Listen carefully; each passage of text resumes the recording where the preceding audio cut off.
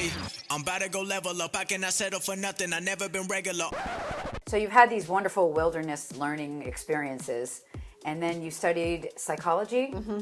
Yes. So tell me more about that, and then how that led you into kind of the corporate culture side of things. Well, I've always been interested in human behavior because I really knew I needed to figure out my own behavior. As a self-sabotager in my adolescence years and my early 20s, I knew I was going nowhere fast, which is why I chose Outward Bound. And then I got out of Outward Bound and still wasn't going anywhere fast, going down the wrong roads fast.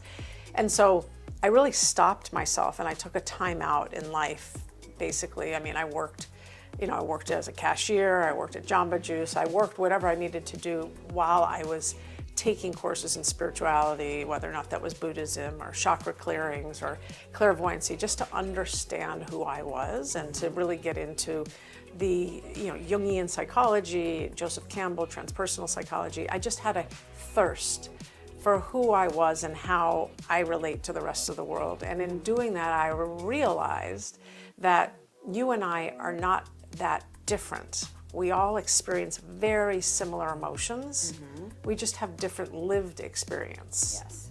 And the lived experience is what is going to create that difference. And so psychology for me is just like the bedrock of everything I have, and just why we behave the way we do and why we're triggered in the ways that we are, and then how to get out of that mess is really, really important to me. I have no clue how I ended up in the world of advertising other than it was 1998. I finally got my bachelor's degree after 10 years. I was in San Francisco and the first .com boom started, and I literally got my first job, which was as a project manager in a digital, in the internet space, and kind of away I went into this corporate, quasi-corporate. It was San Francisco. Life of really digital advertising and media, and I had no clue how a commercial got made. I had no clue how a website got made. I just was there for the ride and kept on learning and learning, and what I was able to lean on while I was doing all that was being a great manager. So they hired me for X, I was really good for Y. And I learned eventually how to bring both of those things together, which really helped me become more successful in that corporate world. So it's kind of like wherever you go, there you are. Yeah, exactly. Exactly that. Yes. And exactly. so there you were. Yeah. And all the while, so you're used to being a teacher, mm-hmm.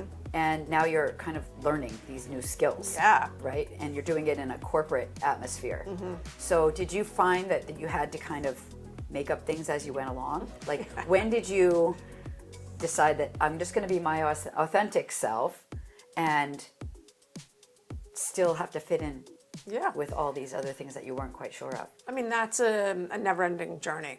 I still do it, and I'm 56. I mean, I still figure out, excuse me, where I still look at the landscape. Mm-hmm. I feel very comfortable and confident with myself now, so I don't have to hide. I choose not to hide. But even in San Francisco in those years, being an out lesbian is not something I brought into the workplace. Mm-hmm. Needing to go to therapy is not something I brought into the workplace. I mean, we didn't talk about those things back then.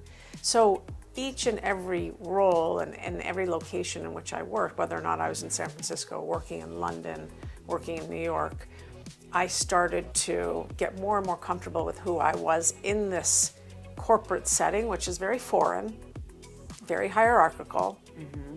I don't believe in hierarchy. I understand that you need it because everyone needs to advance and get promoted, but I believe in a flat organization. And so I had to fake understanding and the willingness to be in those hierarchical situations.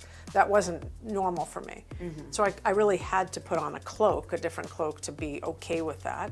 Most of the time my managers were all men, which is fine, that was great, and it was very different. Once I finally had a woman as a boss, things really changed, and I said to myself, wow, she shows up And she doesn't need to be some alpha superwoman. She's showing up as herself every single day. Right. And so, I had mentors, whether or not they were official or unofficial mentors, that helped me see that the more I took my armor off and my masks off, really the happier I would be in the workplace. And so, here we are. I've been at Vayner for 11 years, which is remarkable, my longest relationship. And they know everything about me. Yeah. And if they asked me any questions, I would tell them honestly, whatever they want to know. So I feel like that's a big responsibility of mine now, which is to, lay the ground soil for those coming up. And wanting to know, how do you do it? How did you do it? And the road was extremely rocky. There was nothing easy about it, but I can look back and say, thank God for all of those bumps in the road, or else I wouldn't be here.